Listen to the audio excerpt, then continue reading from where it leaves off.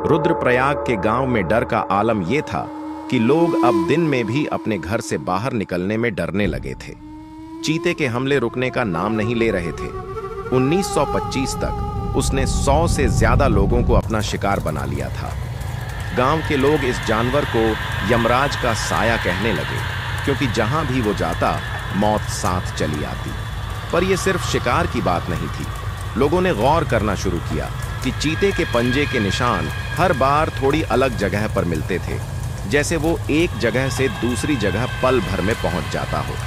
कुछ बूढ़े लोग कहते हैं कि ये कोई रूहानी ताकत है जो चीते के रूप में जंगल में भटक रही है। इस दौर में ब्रिटिश सरकार तक ये खबर पहुंची।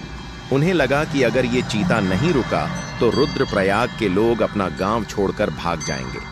तब उन्होंने एक मशहूर शिकारी को बुलाया जिसका नाम था जिम कॉर्बेट। जिम एक अंग्रेज शिकारी था जो हिंदुस्तान के जंगलों में बड़े बड़े शिकारी जानवरों को मारने के लिए जाना जाता था। वो अपनी बंदूक, एक छोटा सा बैग और अपने साथ एक लोकल गाइड लेकर रुद्रप्रयाग पहुंचा। उसने गांव वालों से बात की, उनके डर को समझा और फैसला किया कि वो इस चीते का अंत करेगा। जिम ने अपना पहला दिन गांव के आसपास के जंगल को समझने में लगाया। वो दिन भर पंजे के निशान देखता, लोगों से पुरानी घटनाएं सुनता और रात को एक मचान पर बैठकर इंतजार करता। उसने गौर किया कि चीता अक्सर नदी के किनारे या जंगल के गहरे हिस्से में शिकार करता था। एक रात वो नदी के पास एक बड़े पेड़ पर मचान बनाकर बैठा। उसके पास उसकी 5 राइफल थी और चांद की रोशनी में वो जंगल को घूर रहा था। रात के 1 बजे उसने वो आवाज सुनी, एक लंबी, दिल धड़का देने वाली आवाज। उसने अपनी बंदूक संभाली और आंखें चांदनी में छाई जंगल पर टिकाई। थोड़ी देर बाद उसने एक साया देखा। चीता धीरे धीरे नदी के पास चल रहा था। उसकी आंखें एक अजीब सी रोशनी से चमक रही थी। जिम ने सांस रोकी और निशाना लगाया। उसने गोली चलाई। एक जोर की आवाज के साथ गोली चीते के जिस्म में लगी और वो एक चीख के साथ जमीन पर गिर पड़ा।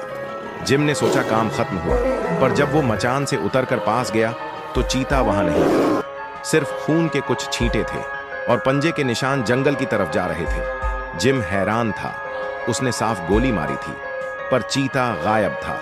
अगली रात जिम ने दोबारा कोशिश की। इस बार उसने एक बकरी को बांधकर चारा बनाया और उसके पास छिपकर बैठा।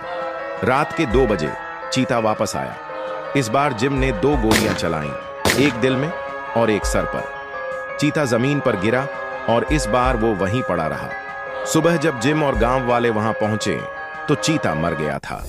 उसका जिस्म बड़ा था, दांत लंबे और तेज थे और आंखें अब भी एक अजीब सी चमक ली हुए थीं, जैसे मरने के बाद भी उसमें जिंदगी हो।